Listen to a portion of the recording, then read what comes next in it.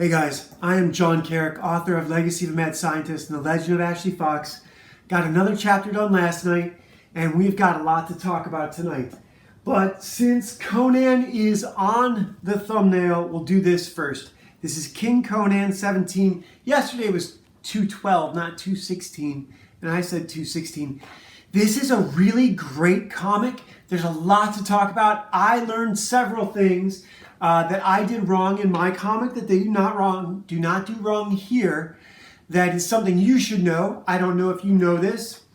The very first thing we're going to talk about, so this is John Buscema, inked by Rudy Nebris, colored by George Roussos, written by Alan Zelnitz. Jim Owsley has failed upward to editor, and Jim Shooter, I think, is in charge back then. Let me see. Yeah, Jim Shooter, senior editor. So this is a very, very, very unique comic. Conan just fell. Usually John Buscema inked his own work. He would be always artist. And when it says artist, that's penciler, inker. But right here, he's penciler and an inker. So that means he was doing this and Conan. Marvel got greedy and made him do 2 books a month. And so that greatly contributed to the degeneration of this book. I think John Buscema was probably in a rush, and Rudy Nebris has a naturally heavier hand. I also think John Buscema probably does rough pencils, and inks are his finished pencils. So when he's penciling here, like you see this king, one leg is fully armored, the other is just sort of, you could say, it's, for whatever way you want to describe that it's not finished, you could say it's the way the light is hitting it, you could say it's bad coloring, bad inking, but the truth is, they were probably rushed pencils. Look at the other characters on this page. This is really, really interesting. It's John Buscema, but it's different. It's not the same. Here's what I learned between this and having read my comic a few days ago. One of the things that bothered me while I was reading my comic, I had canted some of the dialogue. And I think that is a very severe no-no. The same way, now, I was a photo editor for a while for some fashion magazines and stuff, doing photo correction, and you cannot have a canted horizon. They don't want that published in a magazine. It has to be a straight horizon. The horizon line has to be straight. And it seems like the same applies, it definitely applies in movies and TV unless you want to do something for effect. So that would be like a moment of, say, an assassin is leaping from a, now this, all this is a cant. It's only canted up. The horizon, you could argue, is still straight. It's still level. It's only just someone turning and looking. So it's hard to say. The cover, though, you could argue has a canted horizon line. I don't know, maybe not. Maybe that's just a big rock behind Conan. So it is also interesting that we get the flying leap on the cover. This character looks a lot like Conan's son, and I think maybe that was deliberate. But this character, this assassin, is successful, and the king doesn't die. He stabs him in the heart, and the king lives. And then his guardsmen want to kill this guy immediately. And the king says, "No, don't save your blades. Trample him instead." And he has the horses trample the guy to death. And then we cut. So here, this is a half. 1/3 is one scene. This is a new scene. This is Conan on a hunt for an aurochs. I think that's what they say it was. A-U-R-O-C-H, auroch. And his son, Con, thinks that he, wants to try and kill it to impress his father. And he runs after it ahead of everyone else. And Conan and the other guys are trying to catch up. And Con throws his spear at it, but doesn't kill it. And it turns and charges him, and it's killed with an arrow fired by this pretty girl riding out of the forest. Her name is Aylet, or Aylet, Ayelet, however you pronounce that. And so far, I have no problem with this book. But starting here, I would absolutely rewrite it. This is where it gets, it's written by Alan Zelnitz, a New York member of the tribe, not my tribe, member of the tribe who has no right to be doing white literature. Jews need to be out of white culture. And he writes an awful story. There is magic involved, and John Buscema did that. And also the colors, I think George Russo's is probably doing 2 books, maybe 3 books at once for Marvel. And so a lot of it seems phoned in. A lot of this issue seems phoned in. And that's a horrible thing for me to say, but that's coming off of the John Buscema stuff from Conan the Barbarian, which is really a step up from this. The average comic book reader wouldn't notice it, but I've been drawing a lot recently, so I'm taking notes on everything they're doing right here. And I'm paying attention to line weight and corners and background characters, and this is not up to the usual standards. And I suspect it's because John Buscema did rough pencils, and where if he had inked them, they would have been finished inks. Instead, we get rough inks. And basically, a lot of stuff seems out of focus, is the way to describe it. It's like NTSC versus John Buscema's other work was like HD, right? Or 4K. His other stuff is 4K. The same thing with Barry Smith. Barry Smith inked his own work too. And you get paid more doing that. Your page rate goes up. And it's easier to do. If you can do it, it's the best thing you can do as an artist. You control your art. Now everyone goes straight to digital inks and even digital colors. So nowadays to be an artist means to do pencils, inks, and colors. And to really be something special, you got to write it too. So that's the challenge I've set out. And I'm making a video game, and I'm writing a novel. My plate is full. My life is a fucking, and I go skating whenever I want. My life is a feast. So, and one thing I wanted to talk about with all of this, there was a bunch of drama last night. I'll finish the comic book first, and then you guys can turn this off for when I talk about the comic skate drama. So here, Aylet talks about how her father is a bastard. Her father is that white-haired guy, the goatee, who got he gets some dope splash pages in this book. This layabout fucking evil king gets some really good airtime, screen time. And so Aylet tells about how this witch came to him and offered him a bar of amber, and she would ensorcel his soul into the amber, and then, as long as the amber was protected, he could never be physically harmed, not by fire, not by sword, not by water, can't be drowned. Nothing can hurt him. Excuse me. Nothing can hurt him. So when he gets stabbed, suddenly it makes sense why he was stabbed in the heart and nothing happened. And then Aylet tells of how he went back to his throne room now that he couldn't be hurt, and killed his pregnant wife. And she was like 9 months pregnant. She was just about to give birth, and he strangled her. And he thought he killed her and his infant son, but the infant daughter, was born right before he arrived and had just been carried out of the room, essentially. And so she survived. The wet nurse saved her and took her to the priest of the local, I think they worship Ishtar, and took her to the priest, where she was raised and taught as a bulwark against this king's evil. So 20 years later, she's grown up and she's come seeking Conan because he's the only one who can climb the tower and take the bar of amber where her father's soul is. And her father is a murderous bastard. He's a total fucking evil guy.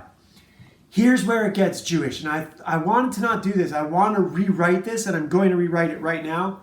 But first I have to tell you why I'm objecting and rewriting something. If this was Roy Thomas, this wouldn't be necessary. Roy Thomas wouldn't have done this. Because there's a huge strategic part of the story that's not ever mentioned.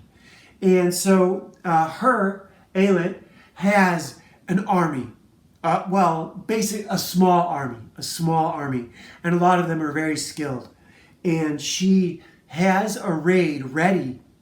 She's going to be in the king's ballroom when Conan gets the bar of amber and be ready to kill him. Plus, she's a great archer.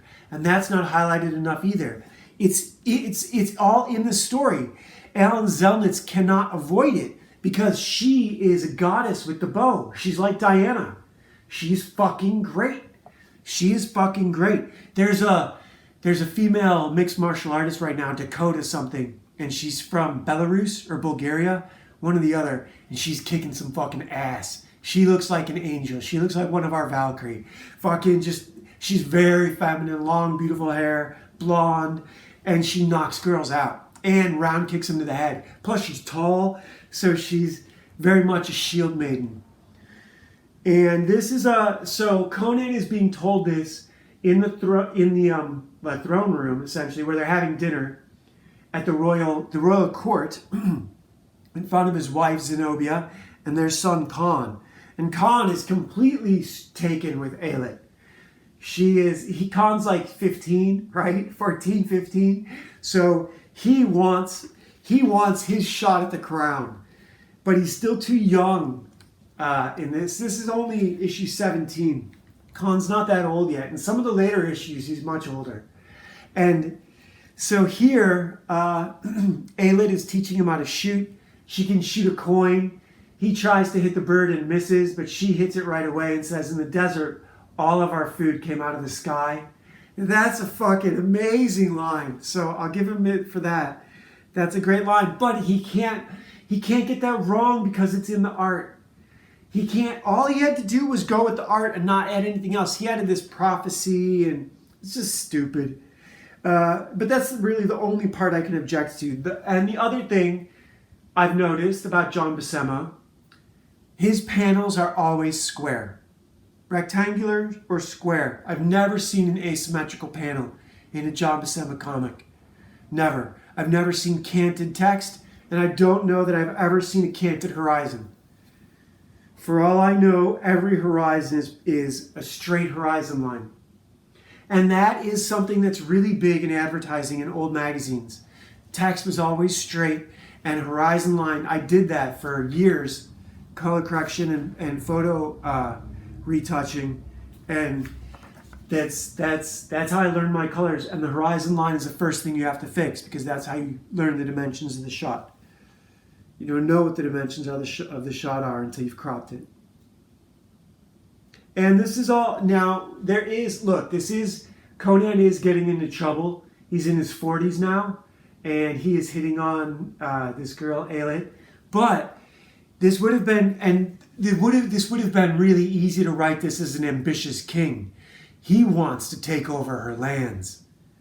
That's what would have been fucking great. And she has a ninja troupe like Cirque du Soleil. So she has a gang of ninja who are just as skilled as she is. And Zenobia was royalty. Zenobia was held hostage in a foreign court. And so she was a slave girl. She was a slave, but she was a royal slave. And here he has to say goodbye to her, and he can't bring Con with him either because Con is the heir to the throne. But it's really foolish for Conan to go off alone. I skipped a part. She totally, and this is in the writing too, you can't miss it because it's in the art. She plays up to his vanity because there's this huge tower that only the legendary Conan, who scaled the Tower of the Elephant, could scale and rob.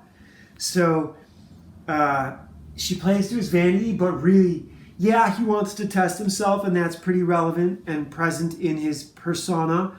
But more than that, they should have just played to this strategic alliance between Shem and Apollonia, and he wants her. She would be not a puppet state, but an ally, a real ally. He's going to put her on the throne.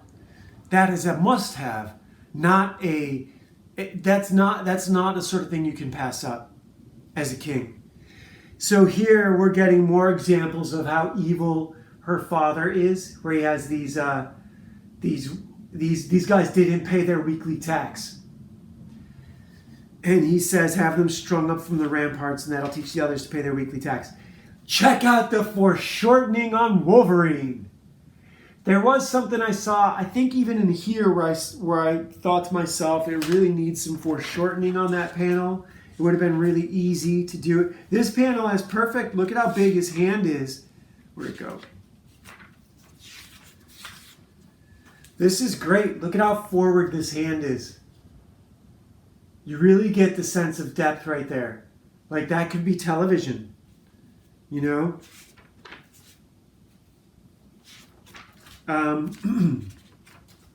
There was one, I'm not noticing it, so I guess it doesn't really matter. Let's get back to where we were. Wolverine. The Wolverine. Remember, Wolverine at this time still had amnesia. No one knew shit about who he was. He was just a sociopath with claws. Trying to hit on Scott's girlfriend all the time. And so here we get Conan and Aelith are attacked by a bunch of outlaws on a pass between Aquilonia and Shem. And Aelith holds her own. She drops them with the arrows just as fast as Conan does with the sword. There's a really good line. I will give it to Mr. Zelnitz for a line down here where Conan says, I love cleaving bone and brain with a broadsword. That's poetry. It really is. What did I want to say about this? Here, one of the guys is hanging off the cliff, and Conan is deciding whether or not to leave him, and Aelith pulls him up. And so this guy is at least respectful of her for that. I don't think she tells him that she's going to be the queen in a couple days, though. This is where it gets cool. This is their motley gang of assassins. And I love the pumpkin head, whatever that is, the tuber head. That is a fucking great character. The Jack Skellington character back there. You guys seen him right here? This onion head, the onion head, right next to my finger. Oh, he's awesome. He is awesome. He makes a couple more appearances.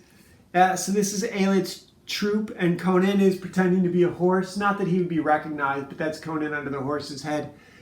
So they sneak in, and he sneaks off to climb the tower, right? This, if it was only just strategy, it'd be awesome, but Aelith's always talking about the prophecy this, the prophecy that. Check out the fat inks on Cobra Commander and Duke. Cobra Commander with the hood. Oh, it's so racist. But anyhow, Conan is climbing up, and he gets to a spot where he doesn't really want to go any further up, and he looks over his shoulder and sees a light, and luckily enough, it's actually underground. So he finds the amber, and this is kind of, I would say, this is great art. And this is magic, right? And the closer Conan gets to it, the more the winds of chaos try to blow him away. I hope I haven't been holding this up too high the whole time. I hope this is recording regular and not on slow-mo or something stupid. So he finally gets to the brick of amber, puts it in a pouch to defeat its magic, and sees a set of stairs. Complains about all the climbing and the stairs that he's had to do. He pushes open a locked door. This is just simple, Tomb Raider. As he pushes open the locked door, the chamber gets flooded, and he has to swim out through the underground river. This is amazing artwork. You can't get it wrong. The art is awesome. the art is just, you don't have to do anything more. Yeah, oh yeah, he kills a crocodile. Meanwhile, also, this is good for Alan. I will give Alan Zelnitz this credit. The king has constantly been saying, feed the corpses to our crocodile, feed the corpses to our crocodile. So there was some, as soon as the water hit, you knew Conan was going to have to fight a crocodile. I will give it to him for that. I still want him out of my culture. Go to Israel. Get the fuck out. Get out of Europe. Conan lifts a block and finds himself in the throne room with Aelith and her assassin band. Her gang of murderers. This is really good. The art is really amazing back here. This battle is what I love about comics. The king, of course, runs off. Aelith drops a dozen of these guys with her bow. Conan defeats the rest with his sword, and all of Aelith's assassin team does not get enough airplay.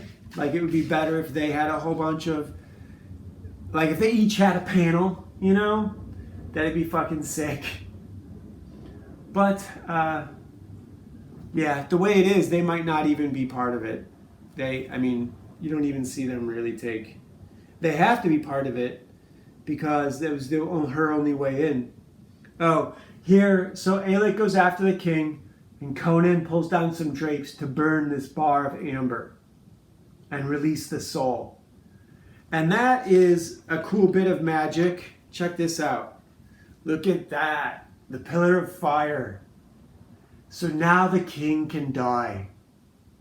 Long live the king. And Aelith doesn't hesitate, knocks an arrow and puts it right through his heart.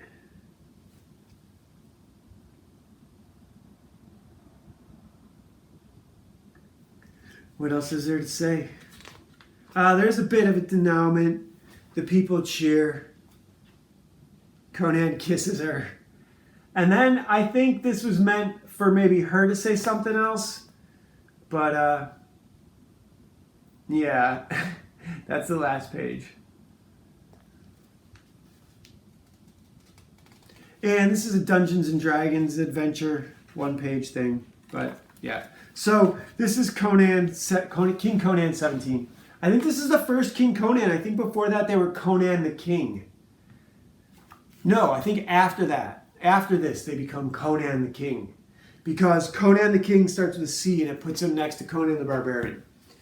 And I think they may have suffered a little bit in that you always want your comic book to start with a letter high in the alphabet. Because on Wednesdays, now this doesn't apply anymore, it's something we're going to talk about. But it used to be that on Wednesdays, when you come through the comic book shop, they're all done alphabetically. Sometimes it would be DC and Marvel and Independent, but they would still be alphabetical. And so as you build your stack, I'd save money for X-Men because I knew they were down there, but still, the front ones, it's always better to be at the front of the stack. I think that's an old advertising thing. This is the Seven of Hearts, Conflicted Deck 2. This is a really good one. This is a really good card. And we're also going to do this before we talk drama. And we've already talked what you can learn from comics. Keep your horizon line straight. Keep your letters straight. Something I need to pay attention to myself. I'm working on a 2-page story right now. An adaptation of the song Norwegian Wood about a vampire girl who seduces another girl. And they fool around and she bites her neck and then goes on to sleep in the bath. And when she awakes, the spirit head flew because the girl died. And so she burns down the house. That is awesome. It's really good. I'm loving it. It's 2 pages. They'll sit right next to each other. And yeah, I'm really, really excited about it. So the card for today that I just put back in the box is kind of cool. It is Seven of Hearts. You're out in the end of the world and you've got 2 friends who are dying and one of them's gone. You can't save them. And the other one can be saved with a special kind of surgery. First one hasn't died yet and you can't afford to wait. someone can do the surgery, but he doesn't know quite the procedure and he needs to practice. What do you do? And the person who's going to die is non-compos mentis. So they're not alive enough to ask. But your friend could do, a guy, the doctor, could do the practice procedure on the terminally ill person who is not awake to save the person who could be saved. It seems like a simple answer, right? But depending on who's in the room, you really have to sell that. You have to use a lot of emotional language to describe that. You have to say, Donnie over here, Donnie can be okay. He's going to die without this surgery. How do you sell a practice surgery? I mean, to a wife who's crying, and she knows her husband's not going to make it, Or just to yourself. How do you sell it to yourself? Can you make that decision really quick? I can. And if you didn't have the terminally ill person, find an animal. Do what you have to do when you live out in the wild blue yonder. Did I talk about Ashley Fox yet? This is what I want to talk about with comics. Comics are a very unique sort of thing, especially doing them in late middle life or as a sort of hobby comics, right? Vanity press. If you do a vanity press in your youth, you either want to be a writer or an illustrator for the comic book industry. And those guys who broke into comics, that's how they did it in their 20s. I chose not to. I went to animation school and wanted to see what I could do out here in Los Angeles. And I made a very good amount of money for a very good long time. And so now I'm doing hobby comics and hobby video games and hobby skateboarding and hobby exercising. I'm not going to make any money. I'm not going to, I don't work out to be a model. I work out to stay healthy. I don't work out to, do you know what I mean? I'm not doing comics to be James Cameron.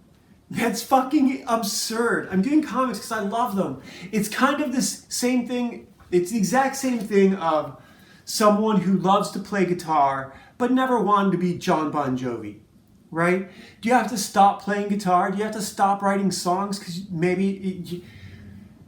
yes, it's good to make money. And yes, you need to make a living. And yes, a lot of money is better than a little money. Of course. But it's better to do work that you love, that you can promote forever. Here I am 10 years later giving this away. No one can ever tell me I'm a selfish motherfucker. This is $1 billion franchise.